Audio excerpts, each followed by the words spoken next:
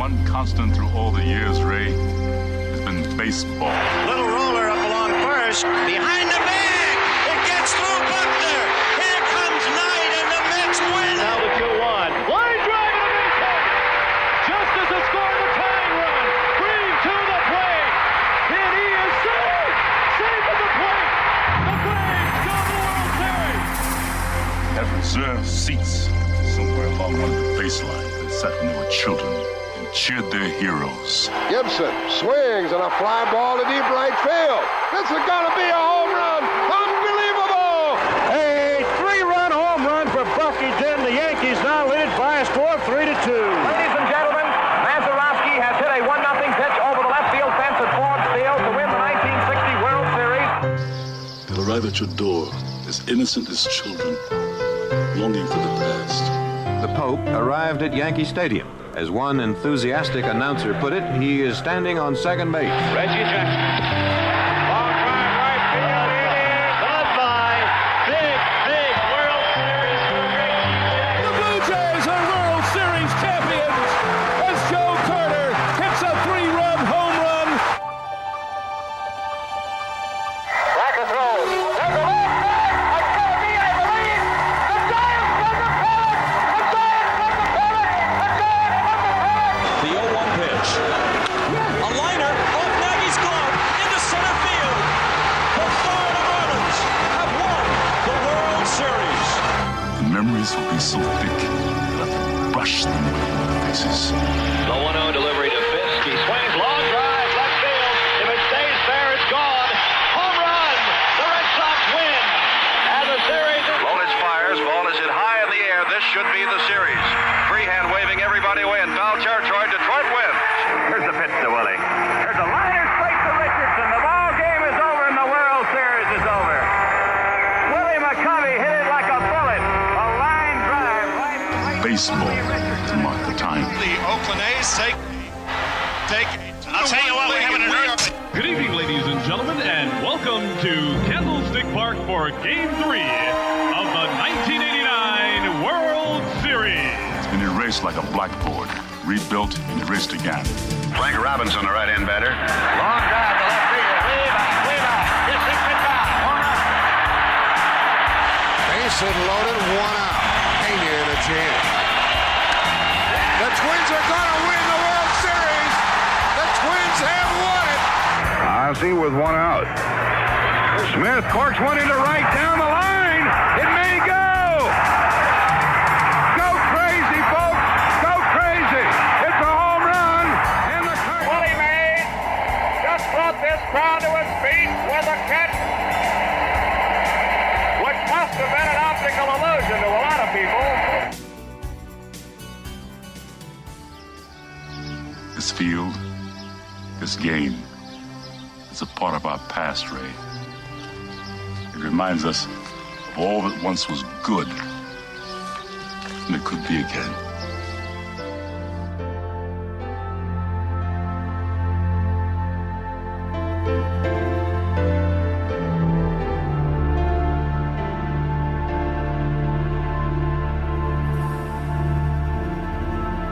Broadcasted live.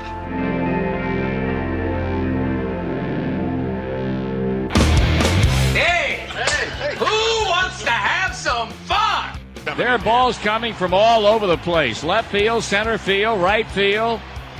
See, this is the kind of thing, quite honestly, right now, that makes you want to see the Chicago Cubs team lose. Now, you just saying you want to have fun, or do you really want to have fun? It'll be fun. Will the next person that sees anybody throw anything onto this field, point them out, or get them out of here? You don't live in Cleveland. You live in Cincinnati. You talking to me? You talking to me?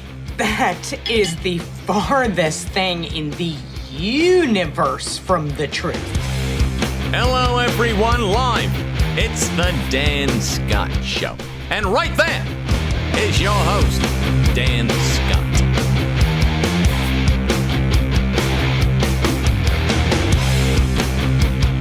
All right, good morning, everybody, and welcome to the Thursday edition of the program. I am Dan Scott. Good to have you with us. Hope that your day is off to a good start. If it is, we will try not to mess it up. If it's not, maybe we can provide a little bit of a lift for you. And at the end of the show, our goal is to try to learn something that we did not know. And today, that may be easier than most days, for me anyway, because of the subject matter that we're going to be discussing.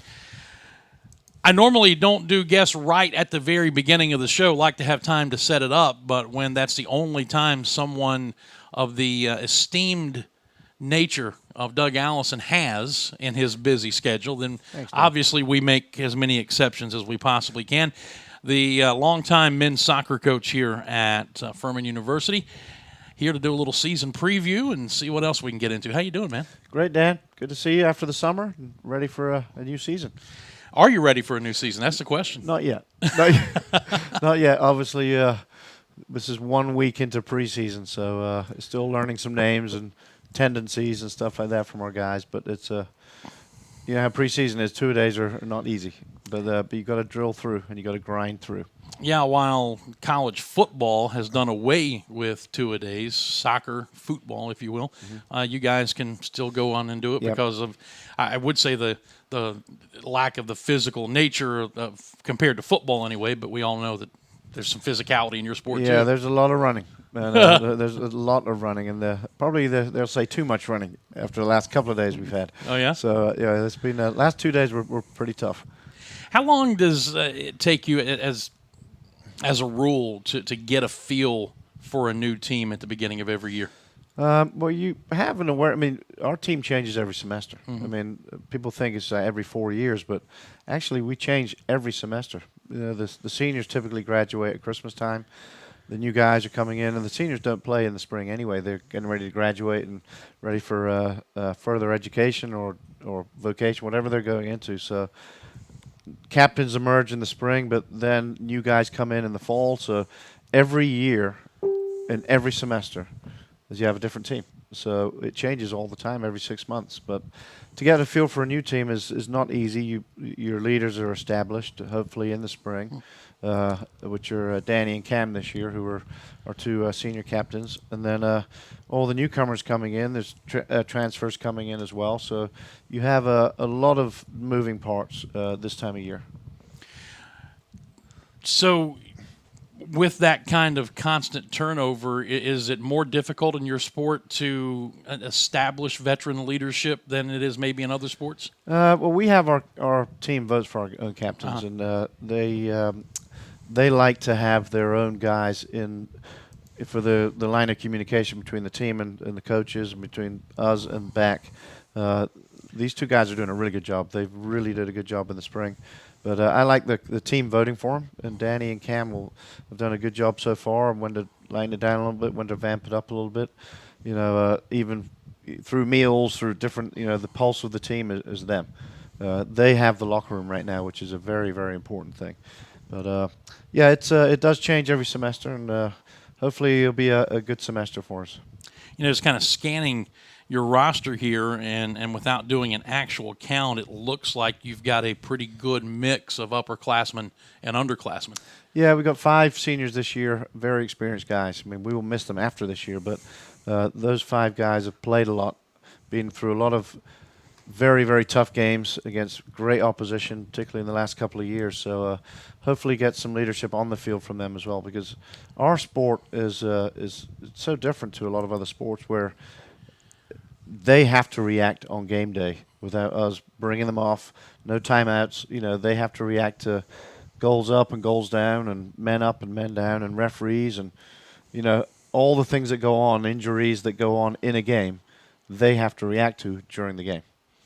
I think you've told me before that all your coaching happens in the days prior to actual game day, or not all of it, but you know where I'm going with that. I'd say 90% of it is they have to be prepared for every scenario on game day on the field, and I like the game to be theirs.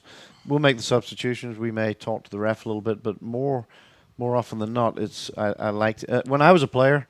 I didn't want a coach to tell me too much, except for just a couple of little things about movement or watching a certain player or watching a certain situation, a set piece develop, just reminders. But other than that, I like the captains, I like the seniors to take over on game day. And obviously, it's a formula that's worked for you over the years. Yeah, and we've had some great leadership. In fact, I just got off the phone with Graham Seagraves right before in the parking lot before we came up here, and he was one of the best captains we ever had. And this time of year, all the alumni are calling. They're all, what's going on with the preseason? Who's good? Who's not? Who's going to play? How are we going to be? Just like you are, and everyone else is, and which is nice. There's such a lot of interest in the program from alumni, and that's a very important thing for me. Well, what I'm hoping is that we'll be able to get into a routine like we did a year ago, where you can come up on a weekly basis and continue to keep people updated as the season marches on. This is Doug Allison. He is the head men's soccer coach here at Furman. And coming up at about 10:25, we'll flip it over to the women's side, and Andrew Burr will be sitting in this seat and joining us. They actually have a regular season game on Friday, which is the first, official regular season contest of the 2018-19 athletic year here at Furman University. So yeah, the women's schedule is always 1 week ahead of us. Yeah. So they're definitely a week advanced. And their championship season, their conference season, their NCAA season finishes a week ahead. So, it's good to move them. Just a lot of it is, I think, because of officials and getting good officials for good games, and then the championships to have each sport has their own championship weekend. Makeup of your roster, obviously soccer is going to lend itself to international recruiting, and of course with your background from England, no surprise that there were 3 English players on your roster this year. You also have a couple of players from Iceland, and if you want to have poke a little fun, you also got some foreigners from the state of Georgia on your team among other places. But they're the ones I can't understand. Yeah, exactly. But again, it's a roster that's made up of a lot of different personalities and some different cultures. Yeah, and seeing how well England's done in the last youth championships, they won the Youth World Cup. They did well in the under-20s. They've done well in the Euros. They were in the Final Four of the World Cup this summer in Russia. So they've done well. Iceland's done very well. They're really good at clapping from the spectators. So hopefully they're good soccer players too. But from the smallest country to ever make the World Cup, and we sent Coach Buller over there a couple of times, and he's picked up a couple of really good guys, and hopefully they can pan out and understand all the English, but obviously schoolwork as well is a big thing, because they're now studying in a different language, which is important. But they're very smart kids. The English kids are good guys. Lawrence is a senior, who was the player of the year in the conference last year. A very, very good player, and hopefully he'll do things after here as well. We've got a boy transferring in, Jack Shields, who'll be a junior. And then we got a freshman in Miles from the Burnley area as well. So they're more from northern England. So you won't understand a word they're saying. I may have to translate. In fact, Ben Matthews doing a little 3 Lions thing with them after this, and just to see if when we put on the football on the big screen during to see what some of the words are in England compared to what they are over here, and see if I can even understand some of their words, because Southern England and Northern England is different language as well. So Northern England, Liverpool area? No, we're talking a little bit more further. Liverpool, Manchester is where these guys, one of them's from, but even further north, and then you got Bolton, where Lawrence is from, and I mean, he says something in the locker room. All our coaches are looking at each other, and I'm like, I have to translate. I mean, and that's bad because it's the same language, apparently. But no, you're right. A little bit further north is the dialect is just a little bit different. The southern England, you can tell very quickly where they're from. I can anyway, but you might not be able to. But it gets rougher and a bit more Scottish, a bit more Gaelic as well. And as you go further and further north towards Hadrian's Wall, to the Scottish, and that's the further north you get. My parents are from Scotland, so fortunately I understand a little bit of what these guys are saying too. Because of your background there, obviously it makes for a natural pipeline for you to go and get those players. Yeah, but you've got to get the right ones. Right. You've got to get very good students. You've got to get guys that mix well with the community. And you had, Kevin and Sven over here from Germany. Lewis just graduated from a year or so ago from Scotland. Brendan from Australia graduated last year. But they were really good kids in the Furman student body as well. Those kids were visible. They were seen. They're in front of the classroom as well. And they took part in a lot of different things at Furman, not just on the soccer field. So I like it. I mean, our guys have really good friends on the tennis team, English guys as well, Australian guys. And it is great to have that mix here. I love the diversity of the athletes here. So what did you see out of your team in the first exhibition game against nationally ranked Wake Forest, 4-4 game? I mean, eight goals in an exhibition game. We may not see 8 goals during a stretch of regular season play of 3 or 4 games, but what did you see in that game? Well, Clay Hendricks came up to me and said, you tied 54-54, 56-50, whatever it was. That's a football score compared to them. I said, yeah, we're bringing fans back. That's what we're supposed to do in exhibition games, Dan. So it was really, really good on the offensive stand, Coach Tucker, but really bad for my goalkeeper coaches and defensive coaches. So we got some really good things going, some really bad things going. So we don't know yet where we are. I mean, it's a complete mix, but to score 4 goals against Wake Forest, I don't know when the last time they've had 4 goals scored against them. And there's a 25-minute spell there where we dominated them. But beginning of the second half, they took it to us and scored 3 goals. And then what I was most happy about was we came back from a 1-0 deficit. We came back from a 4-3 deficit, and we didn't stop. We kept going. Emery May scored a great goal, and it was a lot of work and hustle by him to score that goal. There's a lot of other people wouldn't have scored that goal. The work rate from him to score that goal to tie it 4-4. And then the last 5 minutes, Max Fisher made an unbelievable save on a penalty kick. Yeah. And so there's some really good areas, and there's stuff we've got to work on, and that's preseason. So how do you approach it? I mean, do you go with the philosophy that we're going to play a lot of guys just to see how they perform, or are you starting when exhibition games get here, starting to tune in on these are going to be the top 11 guys and so forth and so on? How do you approach it? Completely differently every game. Wake Forest is obviously a really tough game, but I mean at that point, you know, you want to see your kids in exhibitions. You want to see them how they perform, but you know, some of them did very well, some of them didn't, and they're the ones who have to pick it up. And it's just who plays with who, the gelling of that kind of the defensive gel of the guys. And obviously, it was the 4th day of preseason. I'm still learning names. You know, I mean, so going into Winthrop on Saturday, I'll see if I know all the kids by then. Yeah. But they've got to get to know each other. And again, this is their day. There's some really good things, and there's some things that we really have to work on.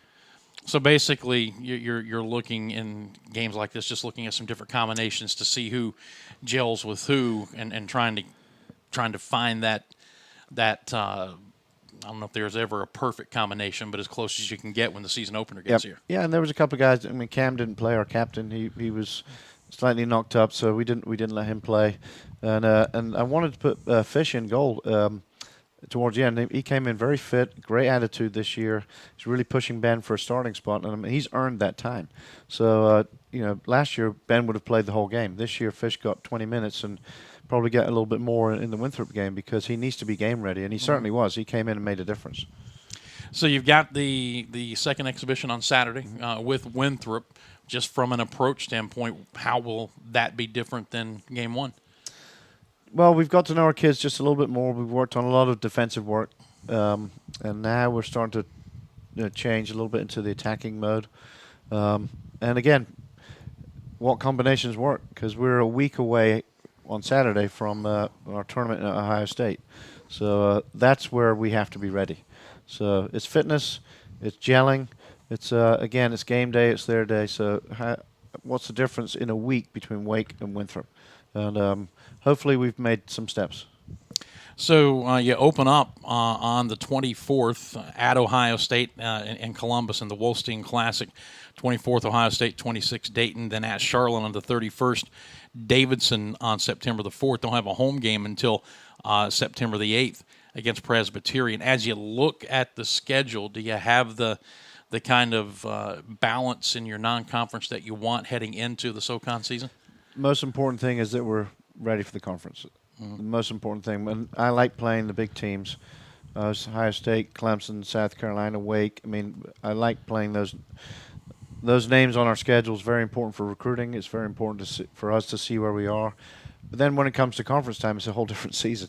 And now this year we're not doing the double round robin. We've got the single games as we've added Belmont to the conference as an affiliate member. So the whole conference has changed. We don't play each other twice during the regular season, so I want to see how we adapt to that going into the conference regular season as well.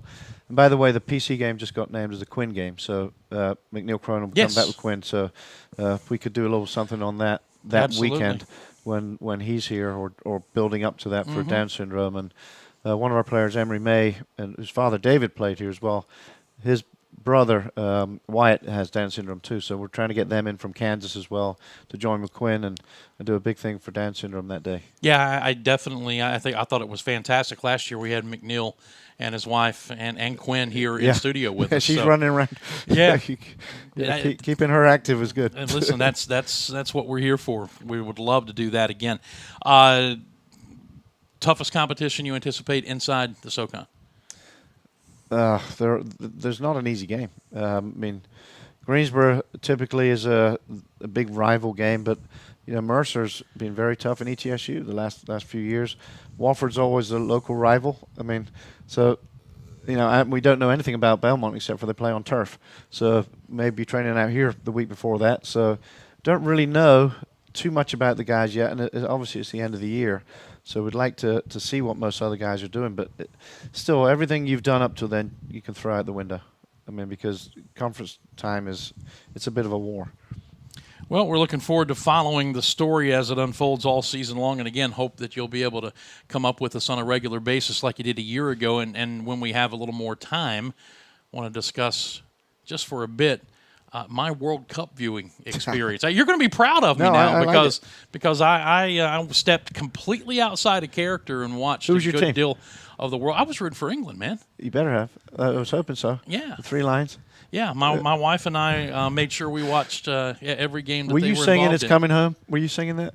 I don't know the words. Okay, well, we might have to teach you that, so you sing it one day for me. Yeah, now the tune, if I remember correctly, is very familiar, but don't know the words. So. Well, that's something we need to learn. Okay, you don't want me singing. You don't don't want want me me singing. But your on the viewers air. need to come up with the words for you. Hey, appreciate you, man. Thanks, Dan. Good to see you. All right, good to see you. That's Doug Allison. Again, the next exhibition is here on Saturday, 7 p.m. against Winthrop, and the regular season opener on the road in the Wolstein Classic in Columbus, Ohio, versus the Ohio State University. We'll come back, and we'll flip gears to the women's side. Andrew Burr is in the house, and continue with our soccer previews here on the Dan Scott Show in just a moment. Show brought to you by our friends at the Carolina Creative Group. Hey, everybody, Dan Scott here, and I want to tell you about my technology partner, Carolina Creative Group. When my show needed a creative technology boost, I turned to Carolina Creative Group. My custom design website is going to take marketing as well as brand strategy and development to new levels. The search engine optimization means that my clients' ads will be seen by more people more often. And if I have any questions, Carolina Creative Group is just a phone call away. Friends, that is just the tip of the proverbial iceberg. You can find out all the ways that Carolina Creative Group can help your business by simply calling 864-250-2012. Again, that's 864-250-2012, or simply visit them online at carolinacreative.co. Carolina Creative Group, technology partner of the Dan Scott Show. When you're looking for the home of a lifetime, you need a realtor you can trust. With more than 27 years experience selling real estate, Gel Sartain is the choice to help the discriminating buyer find the home of their dreams. Licensed in both South Carolina and Georgia, Gel specializes in homes on beautiful lakes Hartwell and Kiwi, as well as the surrounding areas, and has a wealth of experience working with people with technical backgrounds. Now is the time to buy, sell, and invest in real estate in the Clemson-Seneca area. Let Gail help you realize that dream today. Call her at 404-317-3171. That's Gail Sartain, a member of the National Association of Realtors. Looking for a great car, but your credit needs work? Premier Automotivations is a professional referral service motivated to help you drive a car you love while rebuilding your credit. Late model cars of all kinds. Premier Automotivations can get you on the road and your credit on the road to recovery today. Serving all of upstate South Carolina, it's Premier Automotivations. Call Sherry today at 864-722-3785 or email cricketgravely@gmail.com. Dan Scott here for the Atlanta Bread Company. What do I like about Atlanta Bread? Well, too much to mention in a short commercial, but here are a few things. Bread baked daily fresh on site, a tremendous selection of soup, sandwiches, and salads, seasonal special additions to the menu, delicious hot coffee, and a bevy of other drink options, and yeah, can't forget about the baked sweet goodies. Dine in or carry out, and when you have the Atlanta Bread Company app, you can order and pay online, then breeze past the lines to the pickup counter to get your food. Experience it for yourself. That's the Atlanta Bread Company, Cherrydale Point in Greenville. When you go in search of a fence company, what's your criteria? Experience? Trust? A company that gets it right the first time and stands behind its work? Then your search is over. Faulkner Fence has been Greenville's fence company for more than 40 years. Ed Faulkner started the business, and now son Todd continues the tradition of excellence. So regardless of your fencing needs, commercial, industrial, or residential, trust the company that Greenville has trusted for over 4 decades. Faulkner Fence, 864-271-4626, or online at faulknerfencecompany.com. All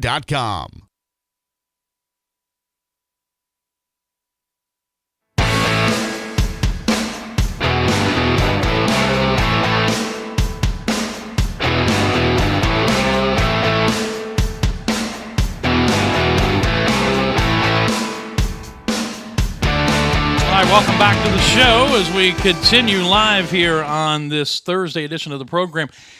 Don't forget that tomorrow on the program we'll have an interview with the esteemed athletic director of Furman University, Mike Buddy.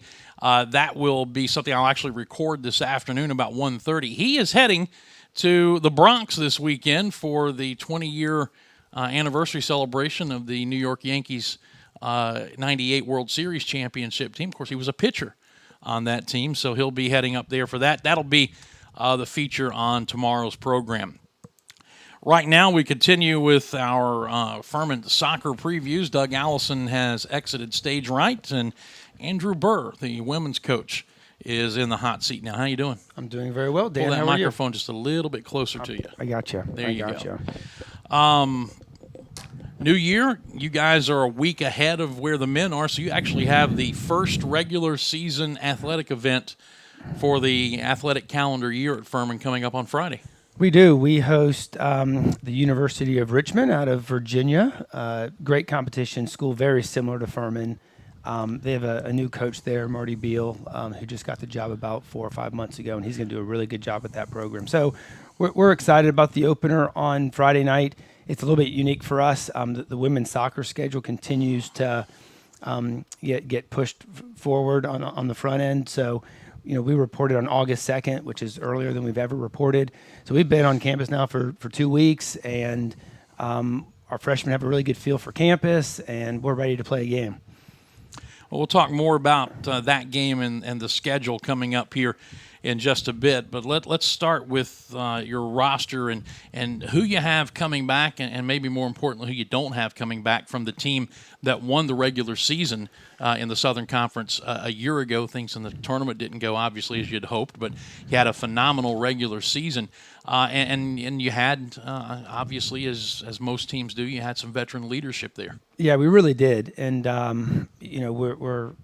we're going to be fine and we're going to move forward. But you're right, you're always trying to replace players, and that's just like any sport. You're gonna lose some.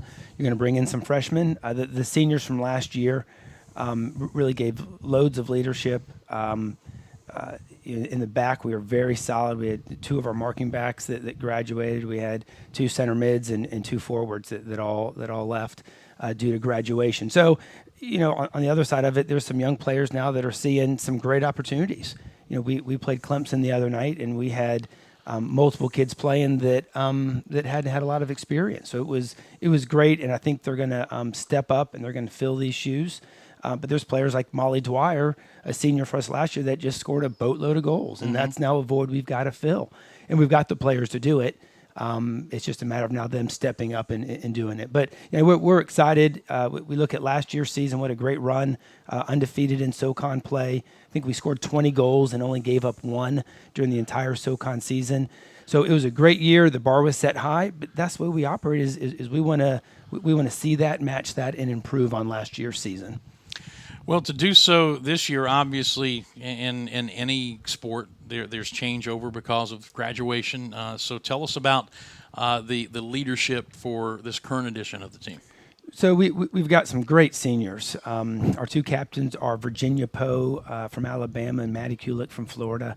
And they are just on the field, off the field, great leaders. And they provide a great example for the rest of our group. Senior class is very strong, very tight.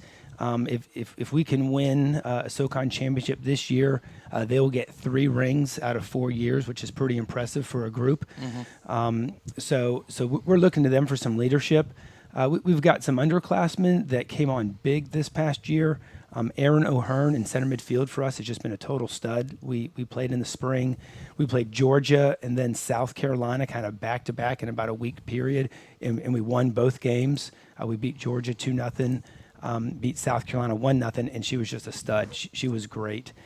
So she's been providing some excellent leadership. We have Caitlin Riley, who's also another underclassman, and she's a goal scorer. She's an athlete. She leads by example. She would run through a brick wall for this team. So we've got players on the field, off the field that are willing to show the younger players, here's how Furman soccer operates.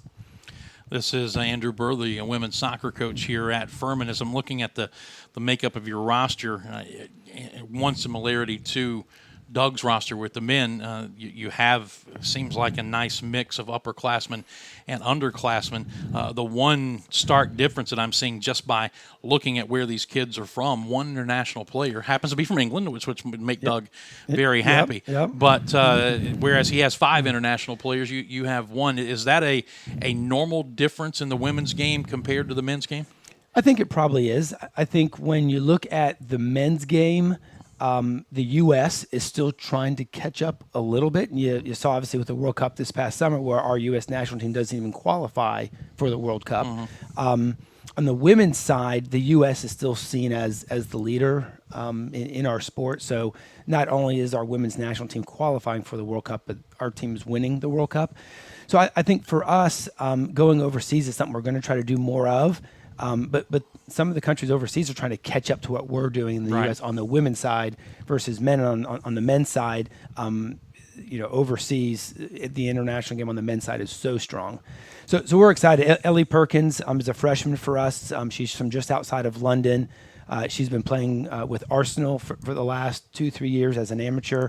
And had to make a decision. Do I want to sign a pro contract with Arsenal or do I want to try to get an education? Fell in love with Furman University, so we are thrilled to have her. She's not quite used to the 95-degree temperatures, and she's been wearing lots of sunscreen. But she's a great young lady. Her and her parents came over last week, and their first chance to visit Furman and see the campus and just fell in love with it. So we're excited about her, and it adds a little bit of diversity to our group. In a little different culture. Yeah, it's interesting when you can get kids onto this campus. That usually has that kind of effect on them, doesn't it? I drove in the front gate this morning. This place is unbelievable. I mean, you know that. Yeah. I know that. But you drive through the front gate and the fountains and the flowers and the weather, it is beautiful. So, yeah, getting them through the front gate, they fell in love immediately. I told Doug when he came up before we started the show that he and just like everybody who comes up here, they comment on the view that I have out toward Paris Mountain. I said, I probably, given my nature, would charge for it, but that would make my buddy very unhappy if I, started charging people to come up and take in the view. But it is a gorgeous campus, and whether it's recruiting kids in state or from this country or from another country, one of the other things that always holds true is not only do they have to be an athletic fit here, but they have to be an academic fit. Absolutely, and that's a huge priority for us. And we just did a little review of our team goals, and they're not my goals for the team. It's the team, the players. They come up with, here's what we want to achieve, and the very first thing on the list is GPA. They want to have a higher GPA than the average student at Furman University, the average student who isn't working a full-time job playing a sport. And that's something that we've done for the last kind of 10 plus years is our GPA. We take a lot of pride in that. It's been higher than the average student. So you're right. We want to make sure we get that balance. Our players recognize that it's a balance. We love soccer. We've got some unbelievable athletes, and we love these 90-minute games we play. but there's still a lot of other hours on this campus where our kids need to fit in, make friends, do well academically. So we want to make sure it's a fit for them across the board. I asked this next question with a little bit of a joking attitude to it, but there's also a serious undertone to it.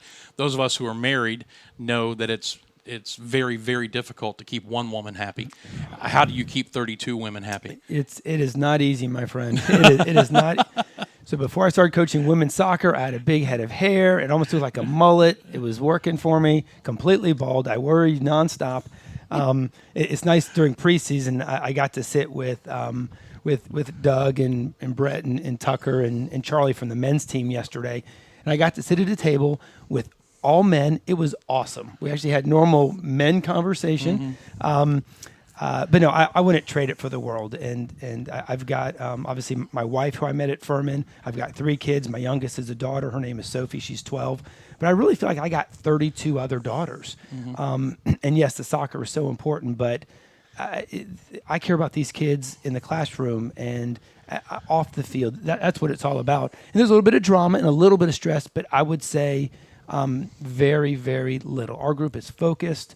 There isn't a lot of arrogance to what we do. We're a little bit of a blue-collar group that says, let's just get our job done. So we don't have any drama on the team, which I like, but yeah, having 32 players can cause a little bit of stress. Well, and you know, the other aspect of it is, and you're obviously in a very good and in many ways a unique situation being a male coaching a female sport, that you have that kind of rapport, because I know from being friends and covering other men who coach women's sports. In some sports, among some people, there is a movement. They don't think men should be coaching women's sports. So for you to have what you've got going on here is really exceptional.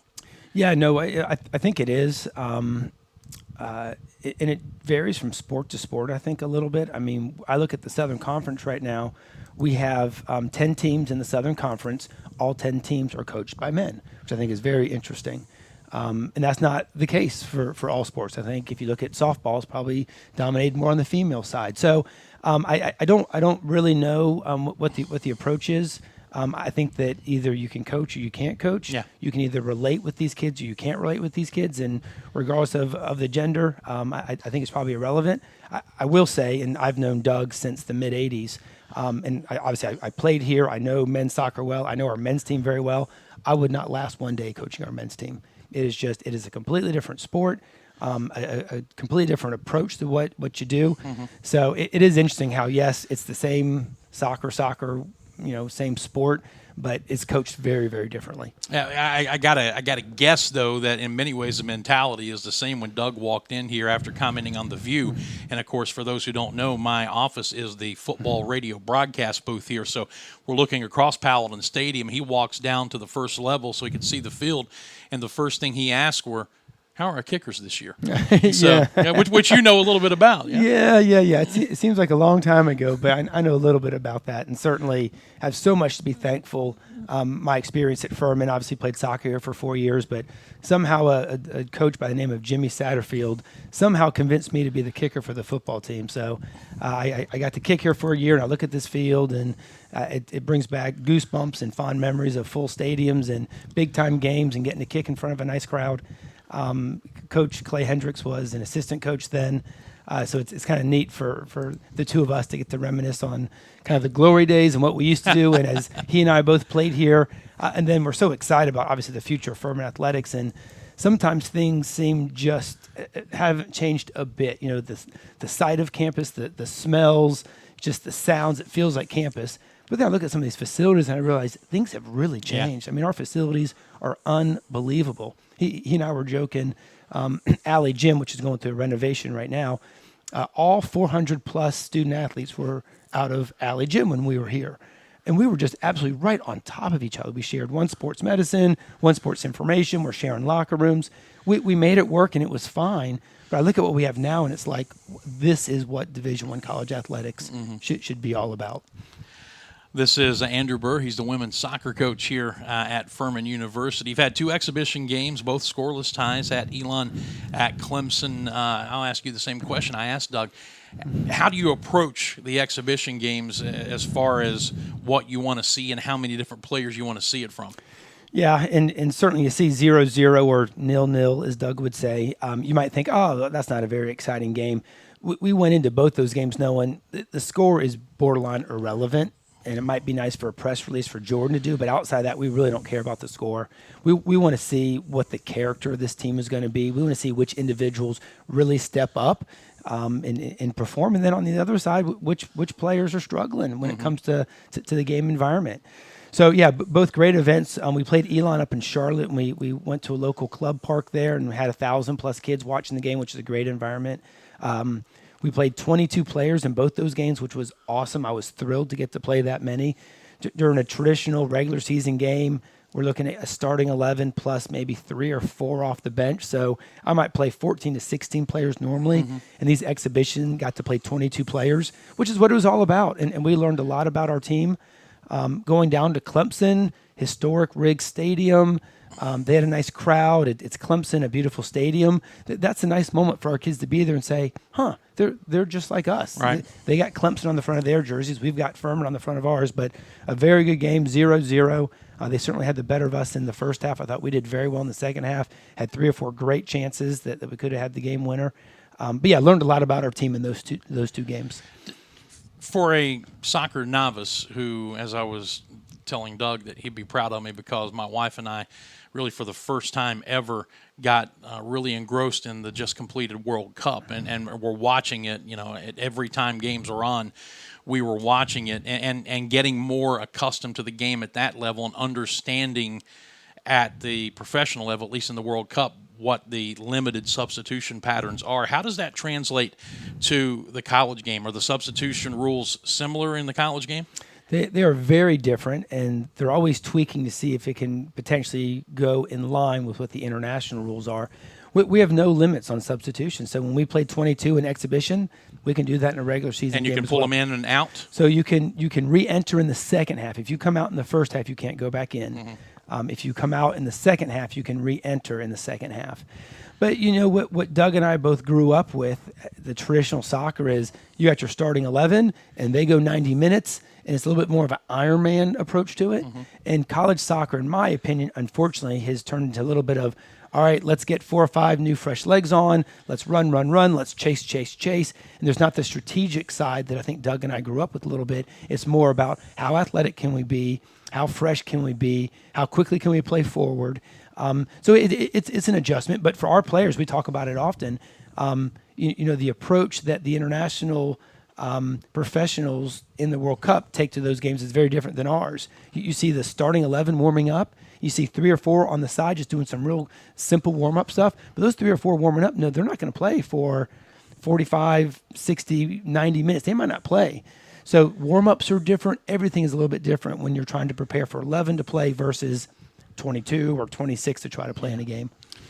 So let's circle back to Friday. You got Richmond coming in here. You have actually 2 home games to open your schedule, Friday and Monday, Richmond and North Greenville. But let's talk about this Richmond experience coming up. Mentioned it's the first official regular season event for the athletic calendar year here at Furman University. What do you know about Richmond? You said they have a new coach. Yeah, they have a new coach. They attract a very similar type student athlete that Furman does.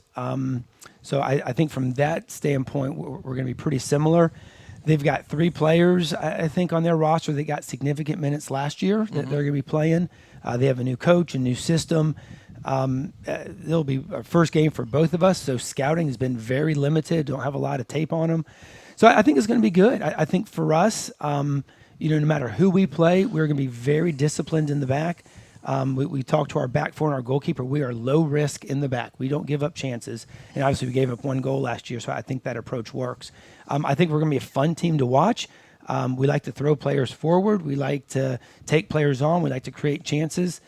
We are not a sit back, bunker in, let's try to play for a tie, let's try to play for a set piece. That's not the style of our team. Our team is, we like to go forward, we like to run at players, we like to create chances. So I think it's going to be a fun environment and certainly would encourage people to come out to support the Paladins on Friday night. Looking at the schedule, talk about what the Southern Conference looks like. You're obviously going to be one of the teams with the proverbial target on your back. Who else will be a challenge? Yeah, I think that the traditional top three are pretty set. In the past, it's been Furman, it's been Sanford, UNC Greensboro. That's been kind of the top tier. ETSU has a great program. They go with some highs and lows, a lot of international kids. But I think that the league right now is saying that those are the top three teams. And then everybody else is really sandwiched right there in the middle. And we don't have opponents that are tremendously weak anymore. And I'm talking about going back to 1995 when we started the program. There was a huge difference between where the top team was and where the bottom team was. I think we've got some top tier teams right now, and then anybody in the middle who any of them could win it, which is great for our league to see that people are obviously putting effort and energy into women's soccer, and it's going to be a really tough conference season this year. 16 regular season games, if I counted correctly, before the Southern Conference tournament. What will make this, in your eyes, a successful season? So I think the number one goal for us is bringing home another SoCon championship. And when we walk recruits into our beautiful stadium, they see banners, and they see lots and lots of banners. And we've got men's banners, women's banners, and they're seeing a lot of SoCon championships. So for us, it's all about winning the SoCon. Everything we do in the non-conference season is to help prepare us for that. Yeah. So we're gonna schedule teams non-conference that reflect what we're gonna face in the conference season. So we've got varied levels. We've got different levels of competition. We've got different environments. We'll be traveling to Kentucky this year. They've got a beautiful stadium. That'll be a great environment. We play in some really tough environments in the SoCon. So getting to a Clemson, getting to a Kentucky really helps us settle our nerves. So when we play in front of a big crowd at UNC Greensboro, we're like, hey, we've been here, we've done it before. So I think it really matches up nicely. We're trying to gauge rest for our players as well, and that's a big talking point with our sport right now on the men's and the women's side is how much rest are we giving these players. So I think our season is spaced out very nicely right now, that we're not overworking our players. We're going to try to get away from a lot of those Friday night, Sunday afternoon combination games. With as hard as our players are working and as tough as they go, asking them to play on a Friday night at 7, they're done at 9 o'clock, 1 day of recovery, and then play again on Sunday morning. It's just a lot. Yeah. And you wouldn't be able to do that for football, for example. Just wouldn't be able to turn around that quickly. So our schedule is spaced out very nicely this year. And the other thing I noticed, if I remember last year's schedule, the number of home games you had early in the season, I mean, you were here a lot. This year, it's more spaced out. 3 home games in August, 4 in September, and 2 in October. So it's a little more spread out this year. It is, and we're scheduling kind of 3 years out in advance. And then obviously, there are changes, and a coach may come or go. So it's always fluctuating for us, but trying to get a balance, which we have this year, I think is great. And obviously, as many home games as we can play, the better for us. We love being at home. We love our crowd. We love our stadium. And visiting teams want to come here. We had Maryland come here last year. We've got Oregon coming next year.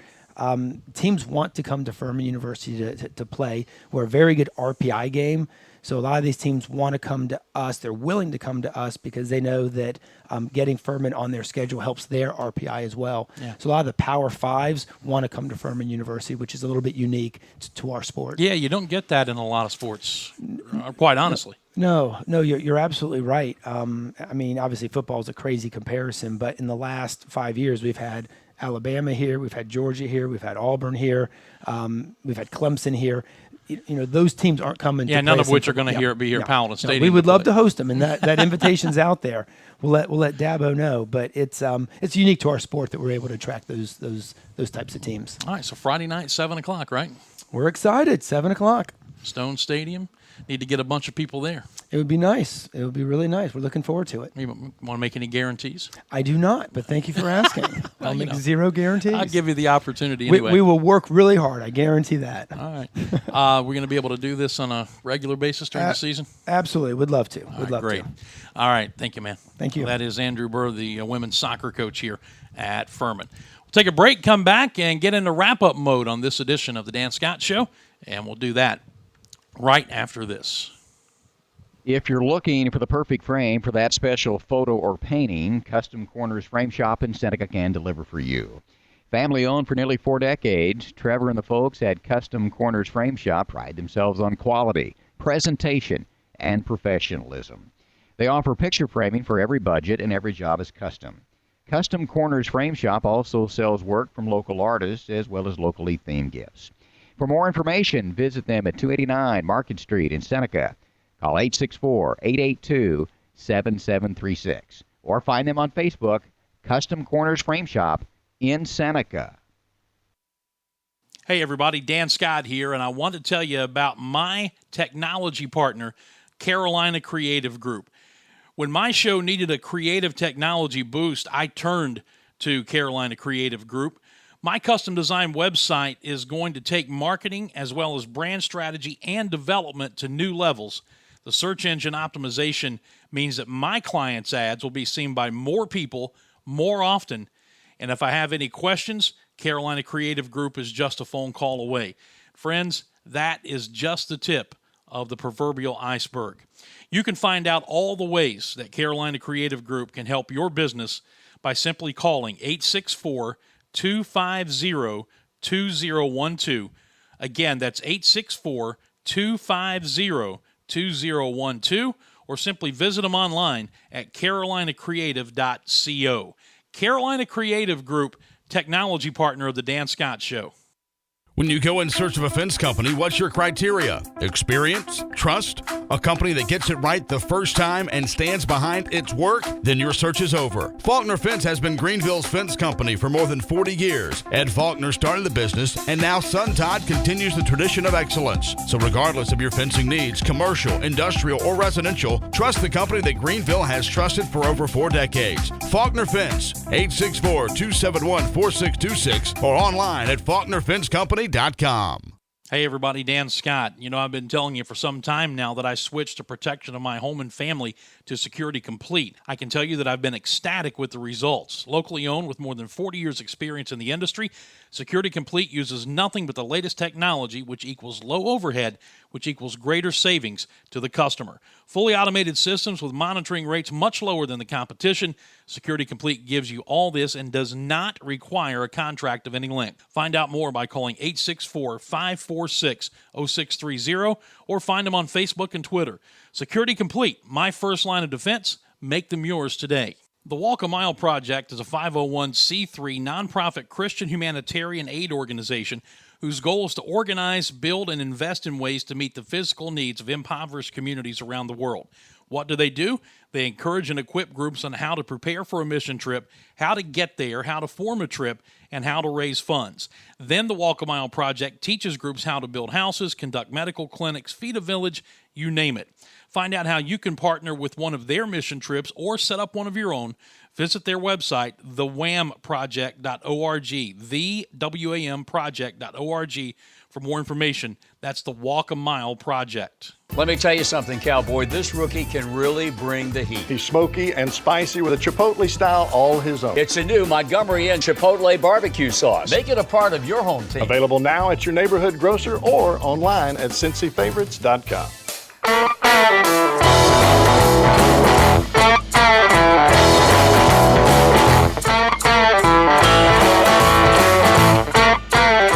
All right, welcome back to the show as we get into wrap-up mode here. Our thanks to Doug Allison and Andrew Burr, the men's and women's soccer coaches, respectively, here at Furman, and looking forward to spending some time with both of those guys. For those of you who are maybe tuning into the show for the first time, we have a kind of a dual purpose here. One, and first and foremost, is to give Furman fans something they don't have anywhere else, and that's regular Furman sports talk on a daily basis. But beyond that, we also expand our borders. Coming up next Wednesday, Dave Glenn of ACCSports.com will be making his first of his regular weekly appearances with us. Billy Davis, the former Clemson standout and retired Secret Service agent, will be visiting with us on a weekly basis as well. So we look beyond the confines of Furman's campus as well, but always with the intent of trying to give the Furman fan base something that it doesn't get anywhere else on a daily basis. To that end, this is the 30th anniversary of the 1988 National Championship team for the Paladins, and our marketing department here came up with the very, very clever hashtag and slogan that we're using all year long, Diamonds Are Forever, the Diamond Anniversary. And Don Clardy, who was a wide receiver on that 88 National Championship team, is going to be a regular guest with us on Mondays, hopefully here in studio more often than not, but sometimes via phone, to both give us a little bit of commentary and thoughts on what he saw during the just completed Paladin football game the Saturday before, but also we're going to kind of go step by step through the schedule from 1988, week by week, and get Don's thoughts on those games and what he remembers. So we'll be kind of spreading that out during the course of the season. Well, he'll be with us every Monday, starting on the first Monday after the Clemson opener. So that'll be September the 3rd. He'll be in studio with us. So we're looking forward to that. And just a reminder, as we get set to wrap it up, that the giveaway for this coming Monday is a $100 gift card from Sunrift Adventures. You go to my new website, thedanscottshow.com. You see it right there at the top of your screen. And you register. Pop-up box will be the first thing that comes up. You fill that out and submit it, and you're registered for the drawing. Again, we're not sharing your information with any nefarious websites or telemarketers or anything like that. It's just for us to drive you to the website, get you accustomed to going there, and reward you for your loyalty in doing so. Sunrift Adventures is located in Travelers Rest, a fantastic outdoor shop in downtown TR, and we're going to give somebody on Monday a $100 gift card. And then the last of the 5 initial giveaways we'll do the following Monday, kind of the grand prize, tickets to see the Marshall Tucker Band. That is on August 30th at the TD Stage, the outdoor concert area at the Peace Center downtown. The tickets are for August 30th. That's when the show is, so it would only follow logically that would be when the tickets are for. But we'll give those away a week from this coming Monday. And our thanks to Carolina Creative Group for putting all of that together for us. So having said that, that's pretty much going to put a wrap on things for us. Again, the show is brought to you by Carolina Creative Group and then presented in part by a number of others, Custom Corners Frame Shop in Seneca, Premier Auto Motivations, which services the entire upstate, the Atlanta Bread Company, of course, just a legacy sponsor, if you will, of this program. They've been with us from the very beginning here in Cherrydale Point. Security Complete, my home security guys, Gail Sartain, Realtor, Faulkner Fence, the Walk a Mile Project, and there are more on the way. And as we get set to close it out, I'll just remind you, if you're a small business owner, we have a package out there that we're selling for just $400 for an entire year. One-time payment, and you get a year's worth of advertising. Gail Sartain Realtor has taken advantage of it. Faulkner Fence has taken advantage of it. And there are a couple of more that are coming as well, and we will tell you more about that. But it's available if you'd like to message me to get some information on that. One more time, here's the contact info, Dan@thedanscottshow.com. There's Twitter, there's the show Facebook page, and you can get all of that contact information right at the website, thedanscottshow.com. So again, tomorrow we'll be back. Mike Buddy will be our guest. We'll record that interview this afternoon. The Paladins athletic director heading to the Bronx. That's wrong. There we go. Headed to the Bronx for the 1998 World Series Championship reunion this weekend. We're going to talk about that with him, among some other things going on here on campus. That'll be the feature interview on tomorrow's program. Listen, have yourself a fantastic rest of your Thursday, and we'll be back with you same time, same place tomorrow. Until then, I'm Dan Scott saying God bless you, and so long, everybody.